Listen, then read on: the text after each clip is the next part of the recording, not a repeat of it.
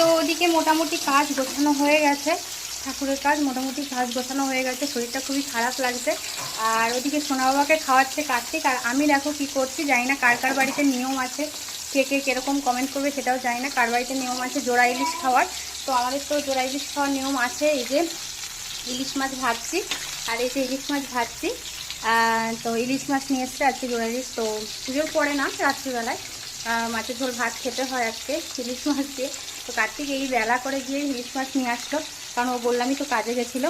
তো সোনা বাবাকে খাওয়াতে চলো একটু শেয়ার করে দিই তোমাদের। এই যে সোনা বাবা খাচ্ছে, এখানে বাবা মুখে চোখে মাখিয়ে খাওয়াচ্ছে। এমা তুমি খাওয়াতে পারছে বাবালে, পাপা খাওয়াচ্ছে তোমাকে, পাপা খাওয়াচ্ছে। হ্যাঁ তো ঠিক আছে চলো। তো আমাদের তো স্নান হয়ে গেছে, মাদেরও তো স্নান হয়ে গেছে। তো এদিকে ফলটা বানাবো একটু পরে, রান্নাটা করে তারপরে গিয়ে জামাকাপড় চেঞ্জ করে তারপরে আবার ফলটা বানাবো। তো ঠিক আছে চলো আগে ফটাফট করে নিই রান্নাটা। বেগুন দিয়ে পাতলা ঝোল করবো, সর্ষে দিয়ে বেগুন দিয়ে পাতলা ঝোল করবো। নগা ওদিকে খাচ্ছে, শরীরটা অনেকটাই টায়ার্ড। চলো একবারে শাড়ি টাড়ি পরে যখন পুজোয় বসবো তারপরে আসবো, ফল বানাবো তারপরে।